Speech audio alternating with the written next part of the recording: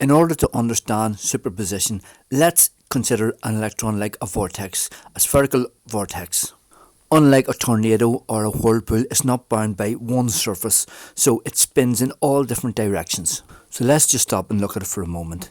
At the bottom here, I pointed out that this is the inlet for the vortex.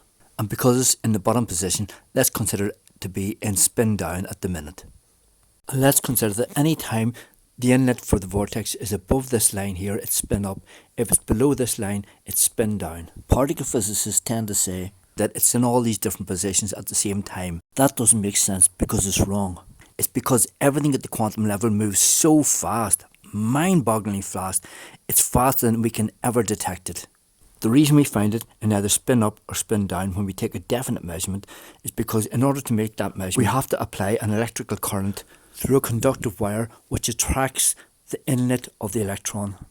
And in order to detect the spin of an electron, we have one position above and one position below. Now, as soon as an electron passes the detectors, if the inlet within the vortex within the electron is above the line, it will be closer to the top detector, so it will be detected as spin up, because naturally if it's closer to the top detector, it'll head towards the top detector and align with it. If it's below the line, closer to the lower detector, it'll head towards the lower detector and be detected as spin down.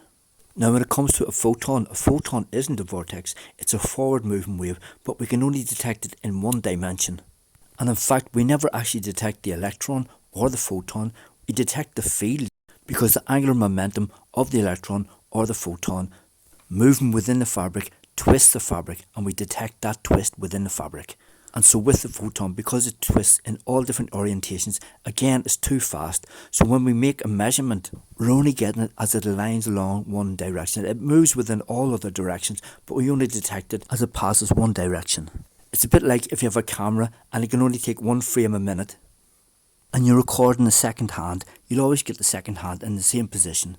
Every time you take a snapshot, it's going to move through all different positions, but because the speed of your detection is limited, when you run the film, it's going to look like the second hand is more or less always in the same position. And it's the same with virtual particles. Some people have this idea that particles come in and out of existence all the time, and that's not the case. It's because these waves or vortexes are passing from a different direction. They pass so fast that they come in and out of view very, very fast, and we can no longer detect them.